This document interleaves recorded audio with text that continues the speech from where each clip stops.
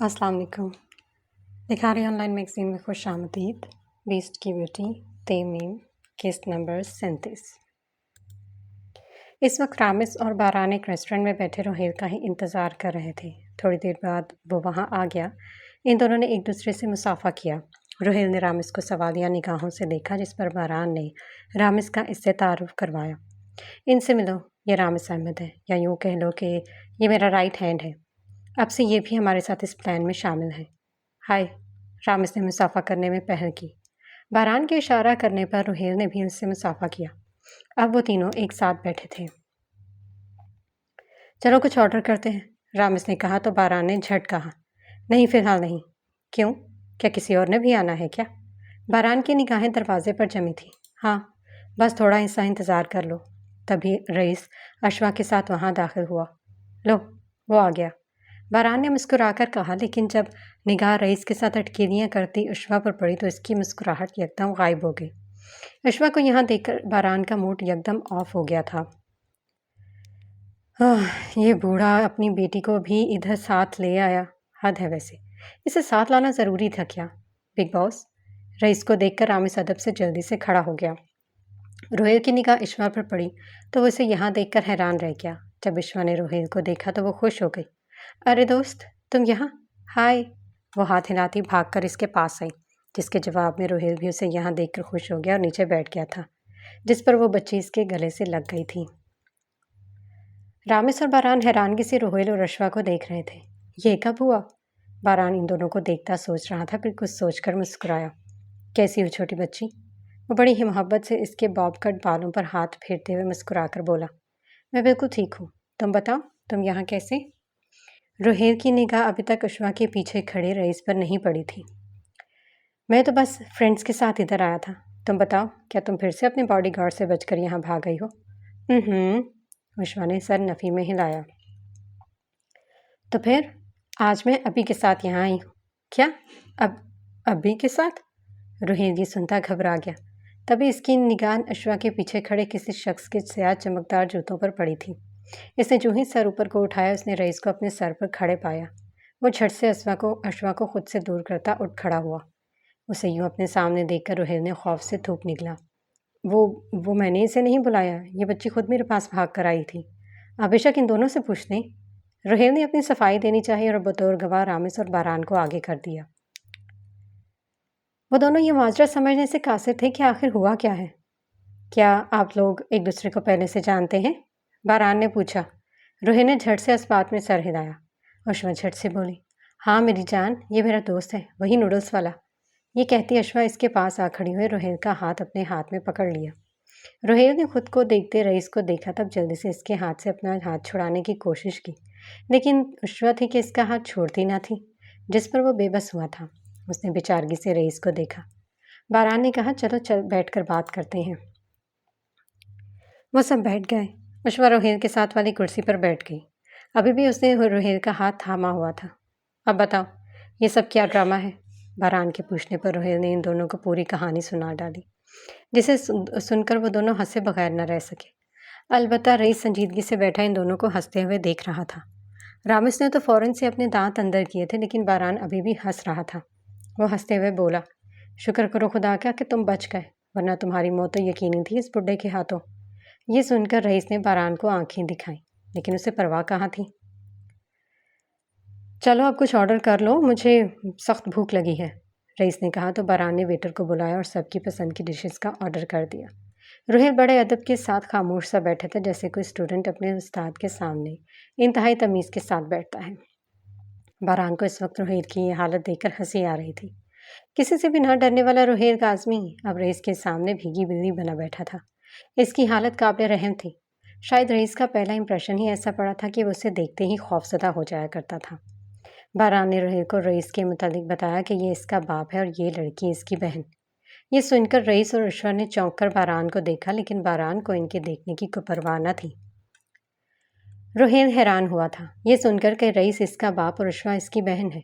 وہ رئیس کو دیکھتا ہلکے سے مسکرائے، جیسے اسے کوئی زبردستی مسکرانے پر مجبور کیا گیا ہو۔ کھانا آ چکا تھا۔ باقی کی باتیں بعد کے لیے رکھتے وہ سب کھانا کھانے لگے۔ اشوا روہیل سے ضد کرنے لگی کہ وہ اسے اپنے ہاتھوں سے کھانا کھلائے۔ یہ لڑکا تو بہت برا پھنسا تھا اس بوڑھے بابا کی بیٹی کے ہاتھوں۔ باران چاولوں سے بھرا چمچ منہ میں ڈالتے ہوئے روہیل کو دیکھ کر زیر لب مسکراتے ہوئے کہا تھا، دوست تم مجھے اپنے ہاتھوں سے کھانا کھلاؤ۔ میں؟ روہیل نے اپنی طرف اشارہ کیا۔ وہ تینوں بھی سر اٹھا کر روہیل کو دیکھنے لگے، خاص کر رئیس جن نگاہوں سے روہیل کو دیکھ رہا تھا وہ روہیل گھبرا گیا تھا۔ تو تم خود کھاؤ نا؟ روہیل نے پلیٹ اس کی طرف سرکائی۔ نہیں، مجھے تمہارے ہاتھوں سے کھانا ہے، وہ ضد سے بولی۔ باران اس کی کیفیت سے خوب محظوظ ہو رہا تھا۔ وہ مزے سے کھانا کھا رہا تھا کیونکہ اب پٹاخہ روہیل کے پیچھے ہاتھ دھو کر پڑ گئی تھی، وگرنہ تو اسے ہی کھانا کھلانا پڑتا تھا۔ رئیس جو کہ یہ سب کچھ کب سے دیکھ رہا تھا کہ روہیل اس کی بیٹی کی بات نہیں مان رہا، تو وہ ٹیبل پر ہاتھ مارتا روہیل کو دیکھ کر ذرا درست لہجے میں بولا، تم میری بیٹی کی بات کیوں نہیں مان رہے ہاں؟ وہ کہہ رہی ہے کہ اسے تمہارے ہاتھوں سے کھانا کھانا ہے، تو تم کیوں نہیں کھلا رہے؟ کیا میری بیٹی کو بھوکا مارنا چاہتے ہو؟ جی نہیں، روہیل نے پہلے جی مگر جلدی سے نہ کہا تھا۔ میں اسے کھانا کھلاؤں؟ وہ جیسے پوچھ رہا تھا، تو کیا دوسرا ادھر کوئی ہے جو تمہارا ڈپلیکیٹ ہو؟ جی نہیں، تو کھلاؤ نا۔ جی سر۔ وہ جلدی سے اپنا کھانا چھوڑتا اب اس کی بیٹی کو نوالے بنا کر کھلا رہا تھا، اور اس کی بیٹی خوش ہو رہی تھی۔ اپنی بیٹی کو یوں خوش دیکھ کر رئیس مسکرایا۔ آنے باران اور اس کے بعد یہ چوتھی شخصیت ہے جس سے اشوا اٹیچ ہو گئی تھی۔ رئیس کو وہ لڑکا بے ضرر لگا تھا، اب وہ خود مطمئن سا ہو کر کھانا کھانے لگا۔ باران اور رامس روہیل کی اس حالت سے خوب مزہ لے رہے تھے۔ واقعی میں وہ بہت بری طرح سے پھنسا تھا۔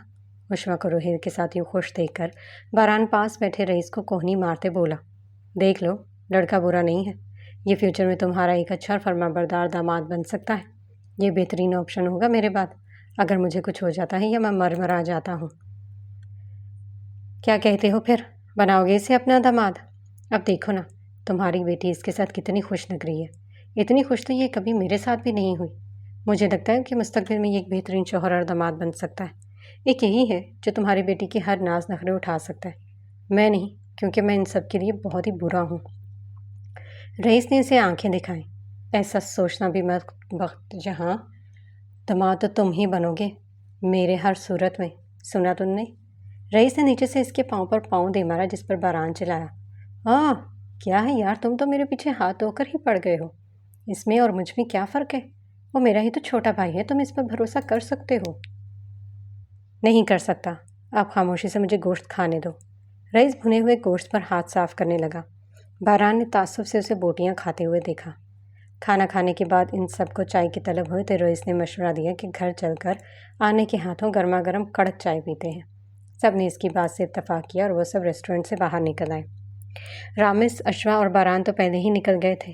رئیس اور روہیل ایک ساتھ نکلنے والے تھے، لیکن رئیس کو دیکھ کر روہیل جلدی سے پیچھے ہو گیا تھا تاکہ رئیس پہلے نکلے۔ رئیس اسے دیکھ کر رک گیا، پھر 2 قدم چل کر اس کے پاس آیا۔ روہیل اسے دیکھنے لگا۔ رئیس کچھ سوچ کر بولا، اشوا میری اکلوتی بیٹی ہے اور مجھے اپنی جان سے بھی زیادہ عزیز ہے۔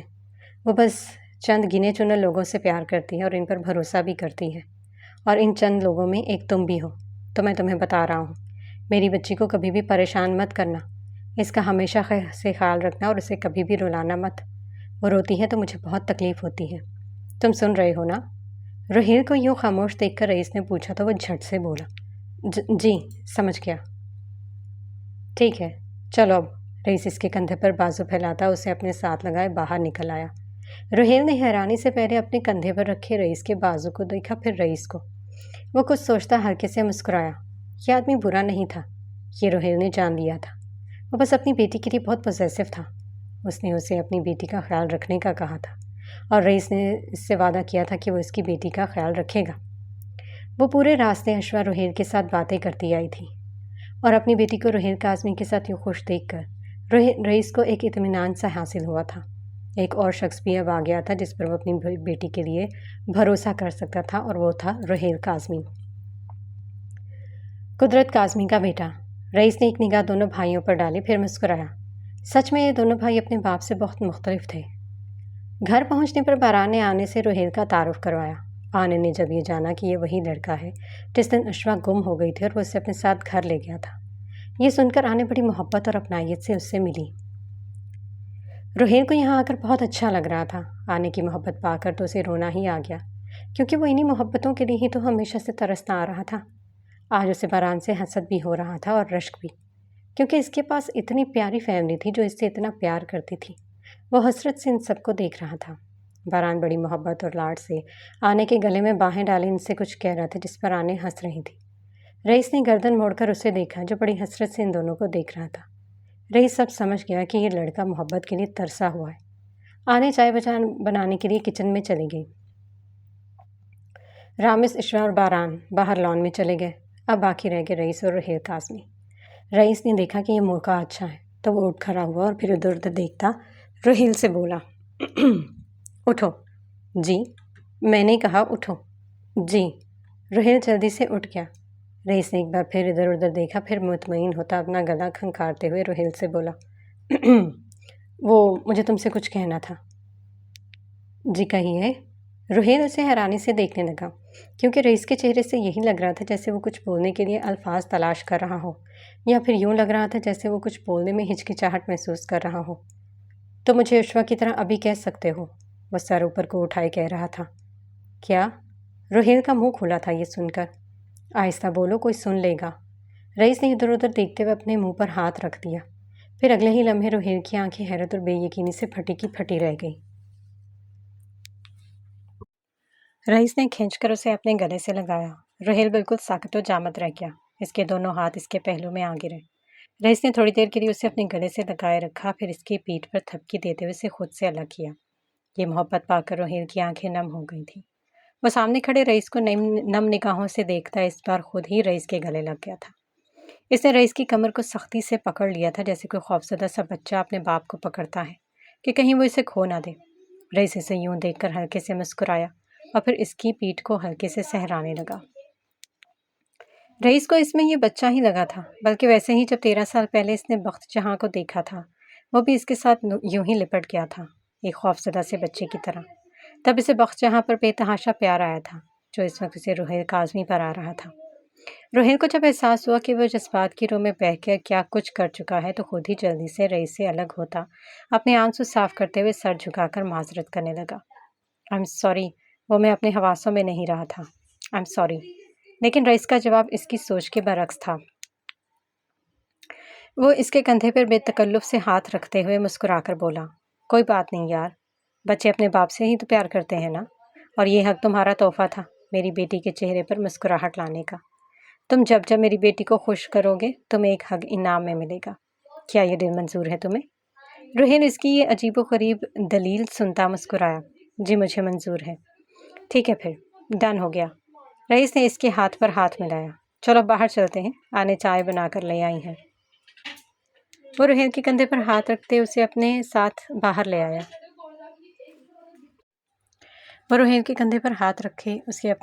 لے آیا۔ رحیل مسکرا رہا تھا۔ اس نے ان سب کے ساتھ چائے پی، ان کے ساتھ بہت ہی اچھا وقت گزارا۔ آج اسے شدت سے یہ احساس ہوا تھا کہ فیملی بھی خدا کی طرف سے ایک تحفہ ہوتی ہے، جو اس کے پاس نہیں تھی۔ پھر رئیس اور رامس کو کوئی ارجنٹ کام پڑ گیا، جس کی وجہ سے وہ دونوں وہاں سے چلے گئے۔ آنے کچن میں کھڑی کام کر رہی تھی۔ اب باران اور رحیل ایک ساتھ لان میں بیٹھے ہوئے تھے اور سامنے ہی اشوا فٹ بال سے کھیل رہی تھی۔ رحیل اسے ہی دیکھ کر مسکرا رہا تھا۔ باران نے اسے یوں دیکھ کر مسکراتے ہوئے پوچھا، آج بہت خوش لگ رہے ہو، کیا بات ہے؟ کچھ خاص نہیں، آج بہت اچھا لگا تم لوگوں کے ساتھ وقت گزار کر۔ رحیل نے سچ بات بتا دی، جس پر باران مسکرایا۔ تو پھر ہر روز آ جایا کرو، باران نے اسے آفر کی۔ سچ میں؟ رحیل نے پوچھا۔ ہاں بالکل، رئیس کی فکر نہ کرو، وہ دل کے برے بالکل بھی نہیں ہیں، بس برا بننے کا دکھاوا کرتے ہیں۔ وہ بس اپنی بیٹی کی ہی وجہ سے ہمیشہ سے فکر مند رہتے ہیں کہ کہیں اس کے ساتھ کچھ برا نہ ہو جائے۔ رحیل سامنے فٹ بال سے کھیلتی اشوا کو دیکھ کر بولا، لگتا ہے کہ وہ اس بچی سے بہت پیار کرتے ہیں۔ ہاں بہت زیادہ، تمہاری سوچ سے بھی زیادہ۔ پھر تو یہ بچی بہت خوش قسمت ہے محبت کے لحاظ سے۔ ہاں صحیح کہا۔ کیا یہ تمہاری بہن ہے؟ نہیں تو کیا یہ تمہاری بہن نہیں ہے؟ رحیل نے حیرت سے پوچھا۔ نہیں۔ تو وہ انکل بھی تمہارے باپ نہیں ہیں؟ نہیں۔ تو پھر وہ تمہارے ساتھ کیوں رہتے ہیں؟ تم نے تو کہا تھا کہ وہ تمہارے باپ ہیں اور یہ بچی تمہاری بہن۔ ہاں کہا تو تھا، لیکن سچ بات تو یہ ہے کہ میں اور اشوا ہم دونوں ہی رئیس کی اولاد نہیں ہیں۔ ہم دونوں بچپن میں ہی یتیم اور لاوارث ہو گئے تھے، جنہیں رئیس نے اپنے محفوظ اور مضبوط پروں میں چھپا لیا تھا۔ تاکہ ہمیں اس دنیا کے ظالم لوگوں سے بچا سکے۔ کیا یہ بچی ان کی اپنی بیٹی نہیں ہے؟ روہیل نے تعجب سے پوچھا۔ نہیں، یہ صرف 2 یا 3 سال کی تھی، غالباً جب اس کے ماں باپ کو بے دردی سے مار دیا گیا تھا۔ قصور بس اتنا تھا کہ انہوں نے سچ بات کی گواہی دی تھی اور پھر راستے میں ان کا ایک خطرناک ایکسیڈنٹ کروا دیا گیا۔ ماں باپ موقع پر ہی جان سے ہاتھ دھو بیٹھے تھے، لیکن یہ بچی خوش قسمتی سے زندہ بچ گئی اور پھر رئیس کے ہاتھ لگ گئی اور رئیس اسے اپنی بیٹی بنا کر گھر لے آیا اور اسے اپنی سگی اولاد کی طرح پالنے لگا۔ کس نے مروایا تھا اس بچی کے ماں باپ کو؟ قدرت کاظمی نے۔ کیا؟ یہ سن کر رہیل دنگ رہ گیا۔ ڈیڈ نے مروایا تھا اس بچے کے ماں باپ کو؟ وہ بے یقینی سے بول رہا تھا۔ ہاں، لیکن کیوں؟ کیونکہ وہ دونوں ہی ان کے ایک گناہ کے چشمدید گواہ بن گئے تھے اور اس نے ان دونوں کو اپنے راستے سے ہٹانے کے لیے انہیں قتل کر دیا تاکہ ان کا وہ راز بس راز ہی رہے۔ اور ان دونوں کا کورٹ سے گھر واپس جاتے ہوئے خطرناک ایکسیڈنٹ ہوا جس میں وہ دونوں فرنٹ سیٹ پر بیٹھنے کی وجہ سے اپنی جان سے ہاتھ دھو بیٹھے اور یہ بچی پیچھے سوئی ہوئی تھی جس کی وجہ سے وہ بچ گئی۔ اس کار حادثے کو بعد میں ہٹ اینڈ رن کیس بنا دیا گیا۔ ان لوگوں کو انصاف نہیں ملا اور پیسوں کے زور پر اس کیس کو دبا دیا گیا اور یوں قدرت کاظمی نے ایک اور معصوم فیملی کو ختم کر دیا۔ بچی شدید زخمی تھی جسے رئیس اپنے ساتھ یہاں لے آیا اور اس کی پرورش کرنے لگا۔ یوں اس بچی نے رئیس کو ہی اپنا باپ مان لیا اور رئیس اس سے اپنی سگی اولاد کی طرح پیار کرنے لگا۔ یہ تھی اشور رئیس کی کہانی۔ باران نے مسکرا کر روہیل کو دیکھا جو یہ سب کچھ سن کر بے یقین سا بیٹھا تھا اور اب وہ سامنے کھیلتی ہوئی اس معصوم سی بچی کو دیکھ رہا تھا جس کے ماں باپ کو اس کے ظالم باپ نے مروا دیا تھا اور وہ کچھ بھی نہیں جانتی تھی کہ اس کے ساتھ کیا ہوا تھا۔ کیا ہوگا جو اگر اس بچی کو یہ پتہ لگ گیا کہ اس کے دوست کے باپ نے ہی اس کے والدین کو مروا دیا تھا؟ کیا وہ پھر اسے اپنا دوست مانے گی؟ اس کا دل چاہ رہا تھا کہ وہ روئے۔ کتنے برے انسان کا بیٹا تھا وہ۔ اسے اس وقت اپنے بڑے بھائی پر رشک آ رہا تھا کہ وہ جلد ہی مارا گیا اور اسے یہ سب نہیں دیکھنا پڑ رہا۔ اگر آج وہ زندہ ہوتا تو اسے بھی یہ سب سننا اور جھیلنا پڑتا۔ کتنا برا، بے رحم اور گھٹیا انسان تھا اس کا باپ۔ اسے اپنا باپ کہتے ہوئے بھی اسے شرمندگی محسوس ہو رہی تھی۔ پھر وہ وہاں مزید رکا نہیں تھا، وہاں سے اٹھ کر چلا آیا تھا۔ پورے راستے وہ بس یہی سوچ رہا تھا کہ آخر اس کا باپ اتنا برا کیوں ہے؟ کیوں اس حد تک گر گیا ہے کہ اس کے سامنے کسی انسان کی کوئی وقت ہی نہیں ہے؟ اس کے سامنے اس انسانوں کی جان تو جیسے بھیڑ بکریوں اور کیڑے مکوڑوں کی طرح تھی کہ جسے جب چاہا مار ڈالا یا پھر ذبح کر ڈالا۔ روہیل کو اپنی اس ننھی سی معصوم دوست کے ساتھ ہمدردی ہو رہی تھی۔ اس بچی کو تو کچھ معلوم بھی نہ تھا۔ روہیل نے گھر جانے سے پہلے خود سے ایک وعدہ کیا تھا کہ اب بس بہت ہوا، اب وہ کسی اور معصوم بچی کو اشور رئیس نہیں بننے دے گا۔ اب وہ اپنے اس ظالم باپ کو کیفر کردار تک پہنچا کر ہی رہے گا۔ بہت ظلم کر لیا اس کے ظالم باپ نے، اب وہ اسے مزید چھوٹ نہیں دے سکتا۔ وہ اس عہد کے ساتھ گھر کے لیے روانہ ہوا، لیکن وہ نہیں جانتا تھا کہ آگے اس کے ساتھ رئیس باران جہانگیر اور اس معصوم کی دوست کے ساتھ کتنا کچھ برا ہونے والا ہے جس سے وہ لا علم تھا۔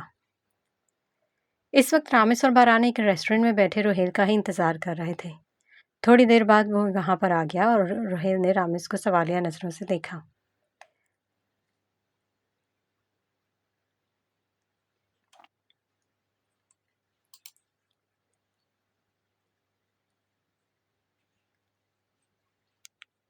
ڈیمن نے بالآخر باران جہانگیر کا پتہ لگا ہی لیا تھا۔ اس وقت وہ جس روم میں تھا وہاں سرفراز بھی موجود تھا۔ اس کی انگلیاں تیزی سے کی بورڈ پر حرکت کر رہی تھیں۔ وہ باران جہانگیر کا پورا ڈیٹا نکال رہا تھا۔ سر، یہ رہی اس شخص کی تصویر جو ایئرپورٹ پر پایا گیا تھا۔ کسی نے اس کی ویڈیو بنائی تھی لیکن ویڈیو اتنی کلیئر نہیں بنائی گئی۔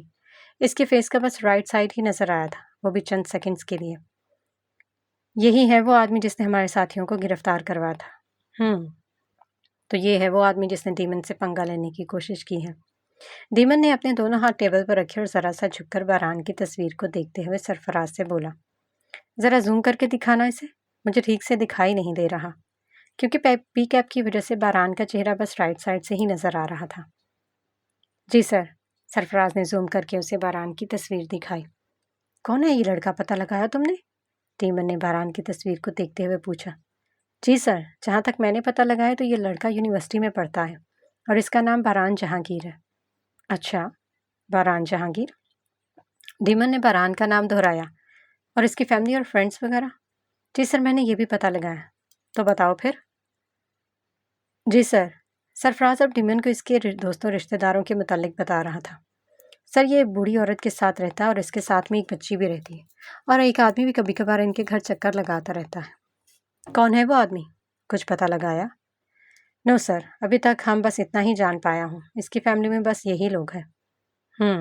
اور دوست رشتہ دار وغیرہ؟ جی سر، اس کے کوئی رشتہ دار نہیں ہے، اور اس نے زیادہ دوست بھی نہیں بنا رکھے۔ بس ایک لڑکا اس کے ساتھ پایا گیا ہے اور اس کا نام رامز احمد ہے، اور یہ ایک لڑکی کے ساتھ بھی دیکھا گیا ہے۔ لگتا ہے کہ شاید وہ اسے پسند کرتا ہے کیونکہ وہ اس کے ساتھ یونیورسٹی میں پڑھتی ہے، اور کل اس لڑکی کو اس کے گھر کے باہر نکلتے ہوئے دیکھا گیا ہے۔ اچھا، لڑکی؟ ڈیمن کے دماغ میں اچانک سے شیطانی خیال گوندا۔ کون ہے وہ بچی؟ لڑکی؟ ذرا پتہ تو کرو۔ مجھے اس لڑکی کے بارے میں سب کچھ جاننا ہے۔ یقیناً اس لڑکی سے محبت کرتا ہوگا، اور مجھے اس لڑکے کو گھٹنوں کے بل جھکانے کے لیے اس لڑکی کے ساتھ کچھ برا کرنا ہوگا۔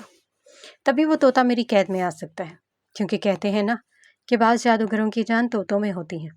تو مجھے یقین ہے کہ اس لڑکے کی جان بھی اس طوطی میں ہوگی۔ ڈیمن نے کہا لگایا۔ اب آئے گا اصل مزہ جب میں تمہیں بھی گھٹنوں کے بل بیٹھتے ہوئے دیکھوں گا باران جہانگیر۔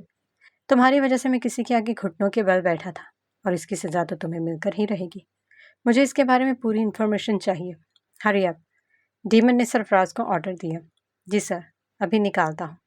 سرفراز کی انگلیاں تیزی سے کی بورڈ پر حرکت کرنے لگیں، اور ڈیمن نے اپنے دماغ کو پرسکون رکھنے کے لیے سگار سلگا کر ہونٹوں سے لگا لی۔ اب وہ سگار کی گہرے گہرے کش لیتا دھواں فضا میں اڑا رہا تھا۔ سرفراز نے ایک بٹن دبایا اور پھر مطیبہ جمال کی ایک تصویر کے ساتھ پوری انفارمیشن کمپیوٹر اسکرین کے سامنے تھی۔ ہو گیا سر، آئیں دیکھیں۔ اوکے۔ ڈیمن سگار کا دھواں فضا میں اڑاتا اس کے پاس آیا۔ وہ ذرا سا جھک کر کمپیوٹر کی اسکرین کو دیکھ رہا تھا۔ سر، یہ رہی وہ لڑکی۔ سرفراز کمپیوٹر کی اسکرین پر نظر آتی مطیبہ کی تصویر پر انگلی رکھے بتا رہا تھا۔ مطیبہ کی تصویر دیکھتے ہی ڈیمن اپنی جگہ ساکت رہ گیا۔ اس کی انگلیوں میں دبا سگار نیچے قالین پر جا گرا۔ وہ بے یقینی سے مطیبہ جمال کی تصویر کو دیکھ رہا تھا۔ کیا عجیب اتفاق تھا۔ ہر جگہ اور ہر بات کسی نہ کسی طرح اور تعلق سے اس کا سامنا اس لڑکی کے ساتھ ہو جایا کرتا تھا۔ اب یہاں بھی وہ اس کے دشمن کی دوست نکل آئی۔ کیا عجیب اتفاق تھا۔ وہ طنزاً مسکرایا۔ سر، اس کا نام مطیبہ جمال احمد ہے، اور یہ اسی لڑکی کے ساتھ یونی میں پڑھتی ہے، لیکن یہ لڑکی میرڈ ہے۔ ابھی چند دن پہلے ہی اس کا شوہر، جو کہ ملک کے ایک مشہور بزنس مین کا بیٹا ہے، وہ سرجری کے لیے یو ایس اے گیا ہے۔ ڈیمن مطیبہ کی تصویر کو دیکھتا ہوا سیدھا ہوا، اور وہ کچھ سوچ رہا تھا۔ فارس عطا کی بیوی اور باران جہانگیر کی دوست، تم نے غلط لوگوں کا ساتھ چنا ہے مطیبہ جمال۔ اب میں کیا کر سکتا ہوں؟ اب جو کچھ بھی تمہارے ساتھ ہوگا تم خود ہی ان سب کی ذمہ دار ہوگی۔ تم نے میرے بجائے اس فارس عطا کو چنا، اور یہ تم نے بہت ہی غلط کیا۔ اب تمہیں مر جانا چاہیے مطیبہ، کیونکہ اگر تم ڈیمن کی نہ ہو سکی تو پھر میں تمہیں کسی اور کا بھی نہیں ہونے دوں گا، ڈیمن نے انتہائی شفقت سے کہا۔ حداد صاحب کے گھر سے واپس آنے کے بعد شاہزر کا رویہ سوہا کیسر کے ساتھ بہت بدل گیا تھا۔ وہ سوہا کے ساتھ بہت اچھے طریقے سے پیش آ رہا تھا، اس کا بہت خیال بھی رکھ رہا تھا۔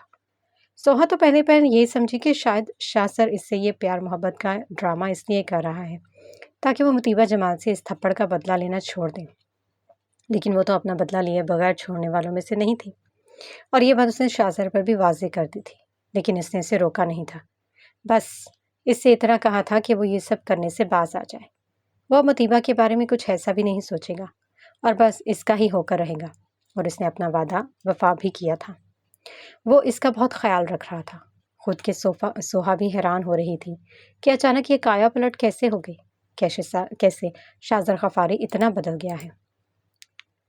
شاہزر میں جو کچھ بدلاؤ آیا تھا وہ اپنی جگہ، لیکن اس کے دل میں ابھی بھی مطیبہ جمال کے لیے نفرت اور تھپڑ کا انتقام لینے کا جنون سوار تھا، اور وہ بس موقع کی تلاش میں تھی۔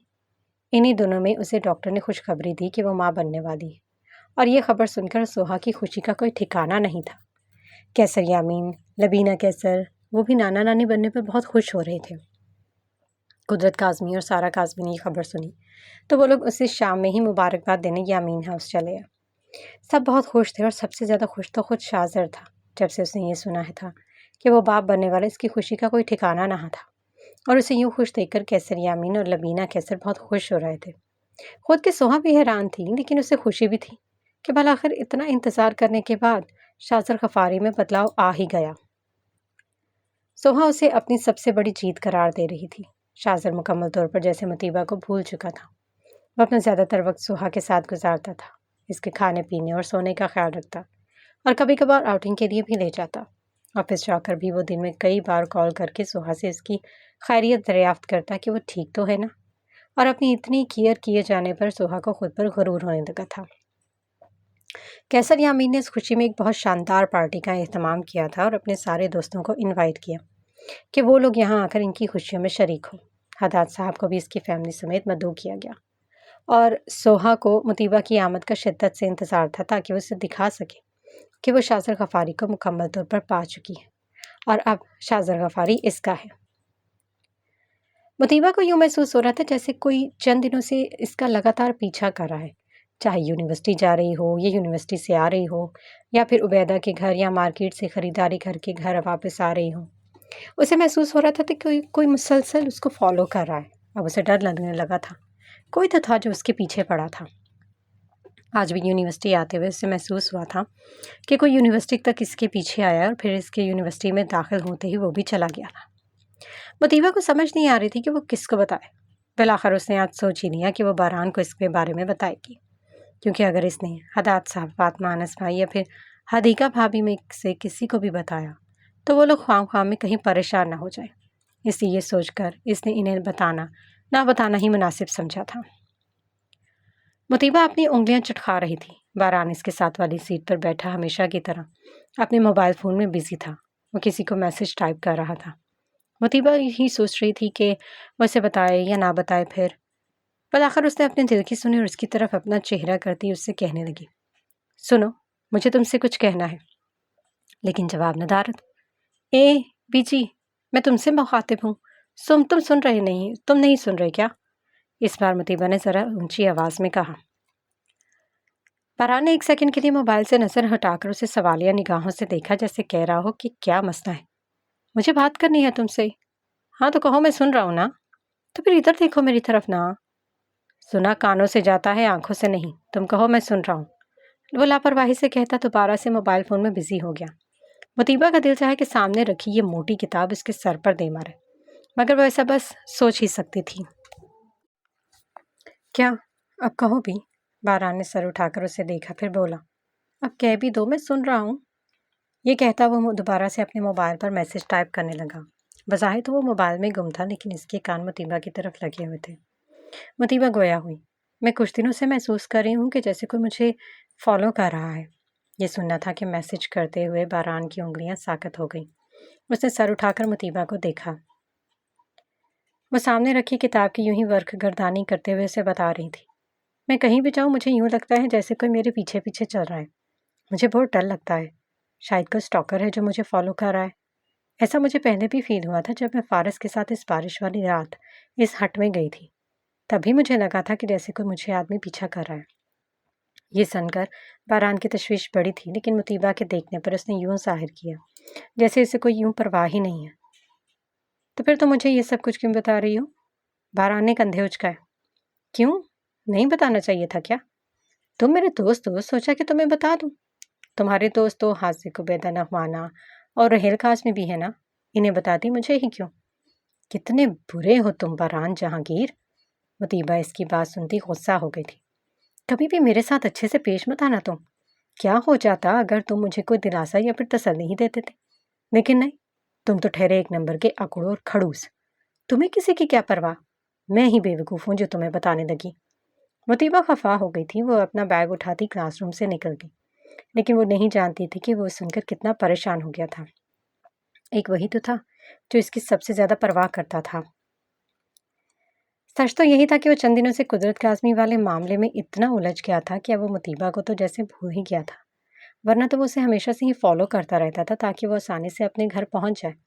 اب جب مطیبہ نے اسے سٹاکر والی بات بتائی تھی، اس کی تشویش میں اضافہ ہو گیا تھا۔